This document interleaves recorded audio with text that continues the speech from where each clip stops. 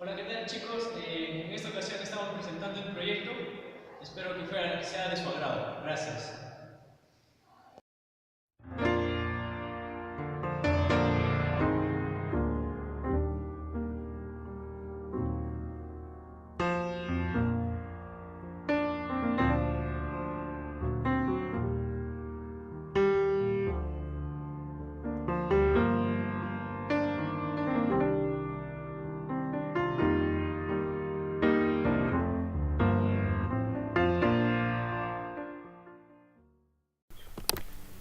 René Descartes. Pienso, luego existo. Biografía. René Descartes nació el 31 de marzo de 1596 en La Haya. Su crecimiento se dio al lado de su abuelo y junto a su hermano, pues su padre se ausentaba cada año por largas temporadas. La educación en La Fleche le proporcionó durante 5 años una sólida introducción a la cultura clásica basada en textos filosóficos de Aristóteles. A su egreso del colegio a los 18 años, René Descartes ingresó a la Universidad de Poitiers, donde estudió Derecho y Medicina. En 1616, Descartes cuenta ya con los grados de bachiller y licenciatura. En 1619, en Brenda, conoció a Isaac Beckham. El contacto con este estimuló en gran medida al interés de Descartes por las matemáticas y la física. Los libros más representantes de Descartes son El discurso del método. Es la principal obra de René Descartes, una obra fundamentada en la filosofía occidental, con implicaciones para el desarrollo de la filosofía y de las ciencias, publicado en Holanda el año 1637. Las pasiones del alma de René Descartes fue escrita en 1649 ante la asistencia de Isabel Bohemio, quien pedía a su instructor aclaraciones sobre la relación en el ser humano entre las sustancias de distintos como es el alma y el cuerpo. Las reglas para la dirección del espíritu.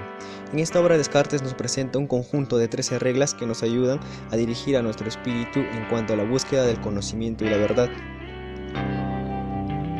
Las Meditaciones Metafísicas fue publicada en 1641. En ella se elabora el sistema filosófico que había instruido en 1637, en el discurso del método.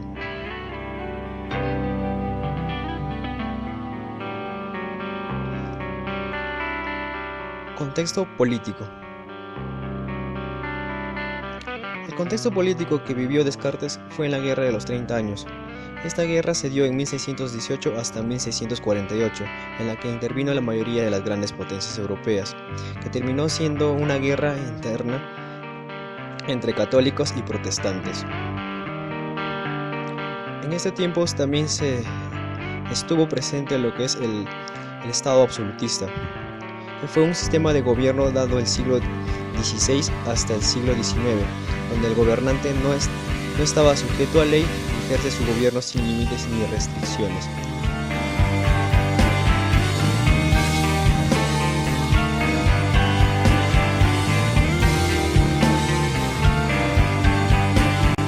En el contexto cultura, el filósofo se encuentra en una época donde muchos personajes se rebelan contra la forma del dogmatismo impuesto o una forma de pensamiento propio.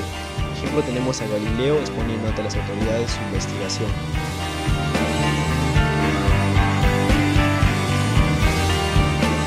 También vivió lo que es en el tiempo del barroco, que fue una forma recargada, engañosa y caprichosa.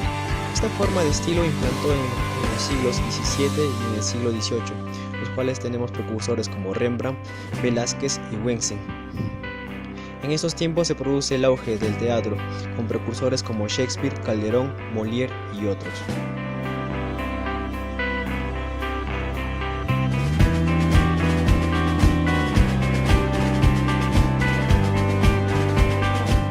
El contexto filosófico. Tenemos la escolástica. Esta escolástica estaba ya yendo en decadencia, dado que los personajes importantes de esta época se rebelaban y ponían la forma de conocimiento como única, incentivando así a las generaciones que piensen por sí mismas. De ahí surgió lo que es el racionalismo, como una corriente filosófica acentuando el papel de la razón y la adquisición de conocimiento en contraste del empirismo.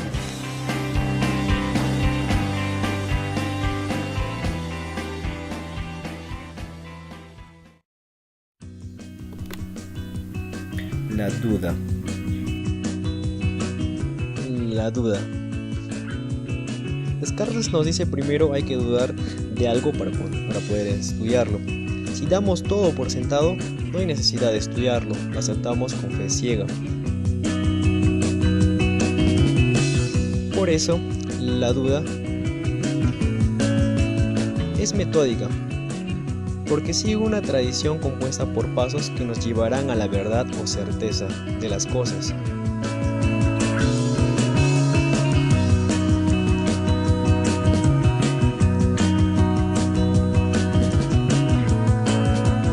La duda también es provisional, porque es solo el primer y único paso que nos llevará a la veracidad de las cosas.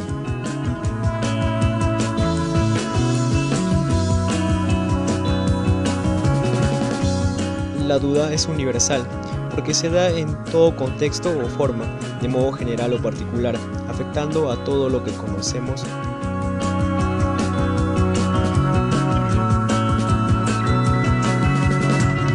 La duda es teorética, porque está bajo normas rígidas, propuestas por leyes y normas, para poder llegar a una verdad o conclusión necesaria.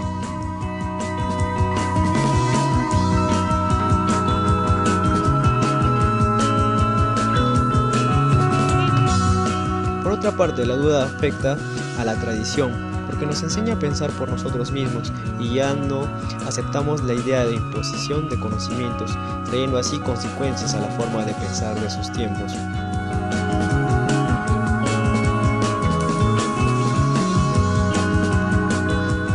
La duda también afecta a las autoridades, porque se iba en contra de las formas de gobiernos y al modo impuesto de pensar y actuar que se daba en esos tiempos.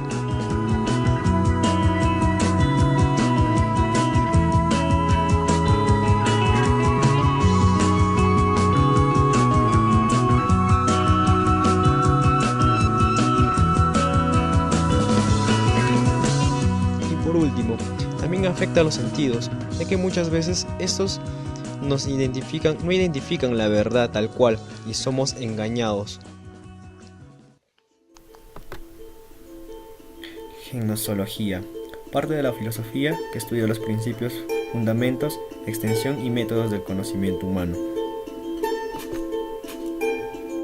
Los métodos de René Descartes. Son 4 métodos la cual ha llevado a cabo. La primera, la evidencia, es algo que suponemos como cierto, que se divide en 2. La primera clara, presentando por algo indiscutible y distinto, no se mezcla con otras cosas siendo única. Análisis, es la descomposición para entender sus partes. Síntesis, es la unión de lo ya analizado antes para ver su configuración.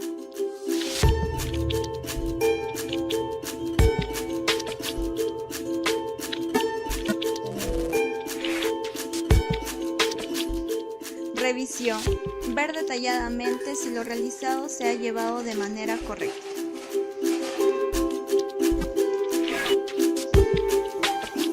Ejemplos de métodos de René Descartes. Evidencia. Por ejemplo, las matemáticas, que es muy claro cuando el profesor de matemática explica de trigonometría. Aquella ecuación diferencial no hay más que ver la cara de los estudiantes para saber que es muy claro porque es exacto.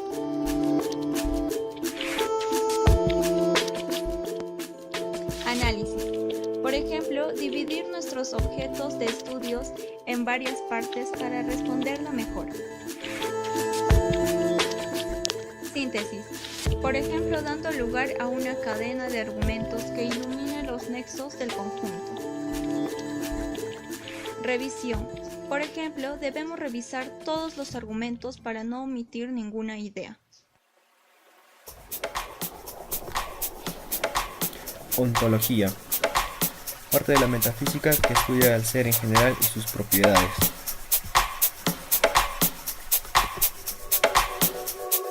La sustancia es todo aquello que no necesita de otro para existir.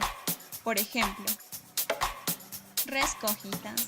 René Descartes, al ver la veracidad de las cosas o el aspecto real de todo, se formula si todo lo que lo rodea es real, intentando poder llegar a una verdad pueda ser puesta en duda.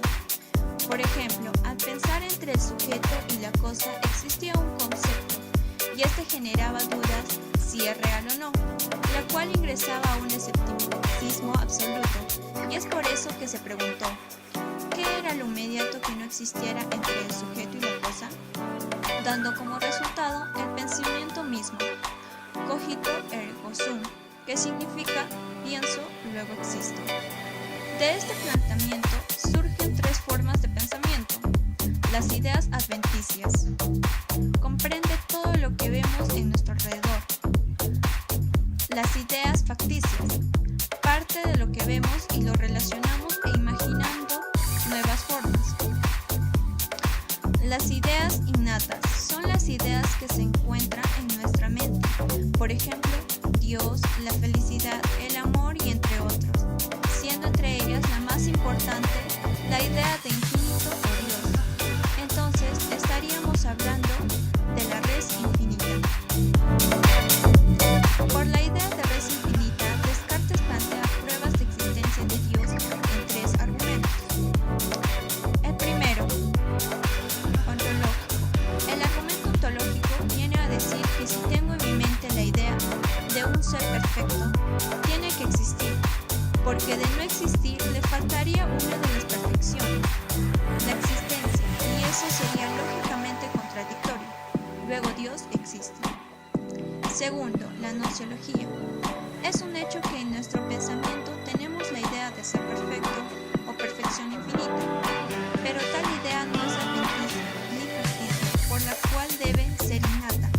Ha nacido con nosotros e indica que ha sido puesta en el pensamiento por la realidad exterior a él, que posee tal perfección, es decir, por Dios. El tercero y último, cosmológico.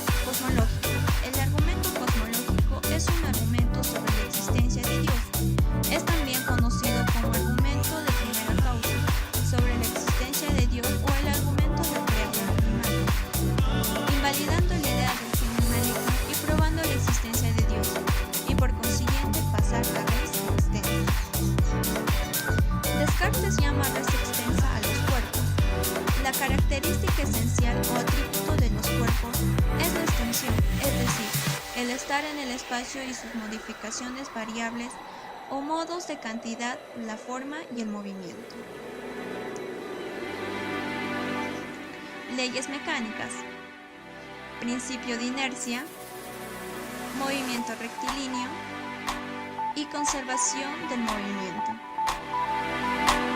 Para concluir, nos damos cuenta que al querer alcanzar la res infinita, ejemplo, la felicidad, el amor, etc., siempre estamos realizando acciones, que son res extensa, partiendo de nuestro yo, siendo res cogitans. Agradeciendo a todos